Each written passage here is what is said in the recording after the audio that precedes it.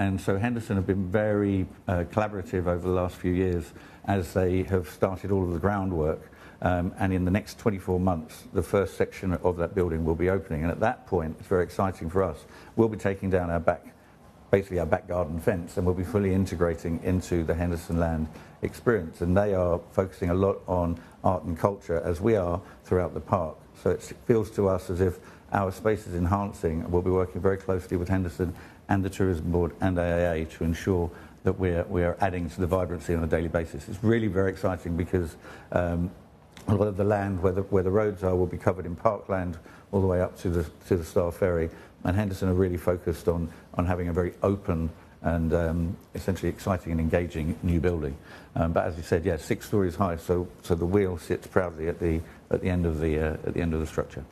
Where does Hong Kong stand in terms of its mega events? Now, we tried last year.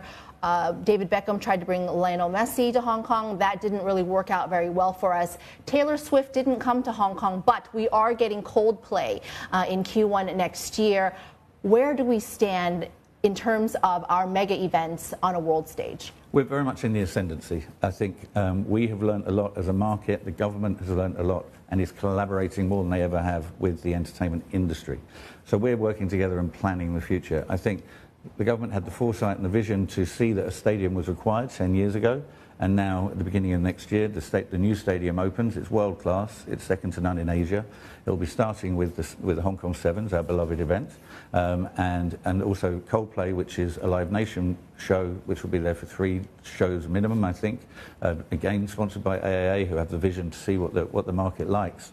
And from my understanding, the programming at the new stadium is going to be second to none, and that's going to complement what we're already doing. That week in Hong Kong will be the busiest week Hong Kong has ever seen from an event perspective. You've got Art Basel, Art Central, you've got the photo fairs coming, you've got the digital art fair, you've got the rugby sevens, you've got sevens in the city behind the wheel. There's more conferences, more exhibitions happening that week than ever before. Every hotel will be full, and every hotel is a world-class hotel in Hong Kong, so it's a very exciting time. And it goes back to coming out of COVID and seeing this gradual change. The one key thing that came out of COVID for me was in March last year, when the masks came off. We had the best year we'd ever had during Christmas with the carnival and the circus, and that has continued, and it's continued because we woke up to a new market. We came out of COVID and we had a market traditionally of 7.8 million to 8 million people in Hong Kong, and suddenly that had gone up 10x. We now have a market that's 86 million people.